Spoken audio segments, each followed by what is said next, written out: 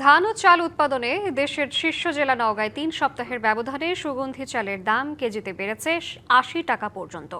সরু চালের বাজারও চড়া। এই বিষয়ে আরও জানাতে সরাসরি যুক্ত হচ্ছেন সহকর্মী এ কে সাজু। সাজু, চালের বাজারে হঠাৎ ঊর্ধ্বগতির কারণ কি, এ নিয়ে ব্যবসায়ীরা কি বলছেন এবং ক্রেতাদের প্রতিক্রিয়া কেমন দেখছেন জানাবেন। শ্রাবন্তী, আমি রয়েছি নওগাঁর সবচেয়ে বড় চালের মোকাম, নওগাঁর পাইকারি এবং খুচরা চালের মোকাম, নওগাঁ পৌর মার্কেটে, পৌর চাল বাজারে। এই বাজারে এসে দেখলাম সকল চিকন জাতের যেসব চাল, সেই সব চালের দাম বেড়েছে 4 থেকে 6 টাকা পর্যন্ত বেড়েছে। সবচেয়ে আশঙ্কাজনক হারে বেড়েছে সব সুগন্ধি চাল, যারা আতপ চাল, এটি বেড়েছে 80 থেকে 92 টাকা পর্যন্ত বেড়েছে।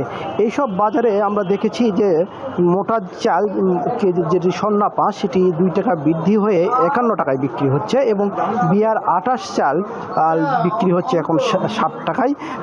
এবং সবচেয়ে চিকন চাল যেটি ভাতের জন্য খায়, এই বাজারে 80% যে চালটি কেনা বেচা হয় সেটি কাটারি চাল। এই কাটারি চাল বিক্রি হচ্ছে 76 টাকা থেকে বেড়ে বিক্রি হচ্ছে 80 থেকে 82 টাকা। এটি চিকন চালের দাম বেড়েছে। আর সবচেয়ে বেড়েছে যেটা স্মরণকালের সবচেয়ে বেশি দাম বেড়েছে চিকন চাল, সুগন্ধি চাল, যে আতপ চাল, এটির সবচেয়ে দাম বেড়েছে। 50 কেজির বস্তায় আগে যেখানে কেনা বেচা হতো 5200 টাকায়, অর্থাৎ 5200 টাকা, সেটি এখন 50 কেজি বস্তায় কিনতে হচ্ছে 9800 টাকায়। এটি পাইকারি বাজারে। এই পাইকারি বাজারের প্রভাবটি খুচরা বাজারে পড়েছে।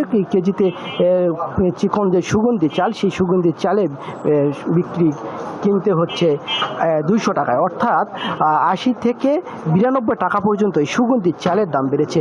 আমরা যদি একটু জানতে চাই যে কোন চালের দাম কত বেড়েছে এবং কেন বেড়েছে বলে মনে করেন আপনি?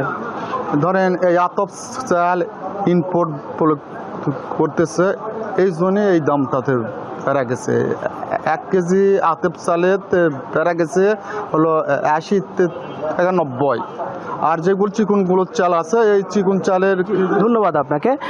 আমরা যেটি জানছি যে চাল বাজারে ধানের সংকট, এই ধানের সংকট কেউ কেউ বলছে কৃত্রিম সংকট। যারা বড় বড় ব্যবসায়ী তারা সিন্ডিকেট তৈরি করে এই অসময়ে, যখন কৃষকের কাছ থেকে গোলার ধান শেষ হয়ে যায়, সেই সময় তারা সিন্ডিকেট তৈরি করে এই ধানের দাম বৃদ্ধি করে এবং সেটির প্রভাব বাজারে পড়ে। শ্রাবন্তী, এই ছিল নওগাঁ থেকে সর্বশেষ অবস্থা চালের বাজারে। ধন্যবাদ আপনাকে।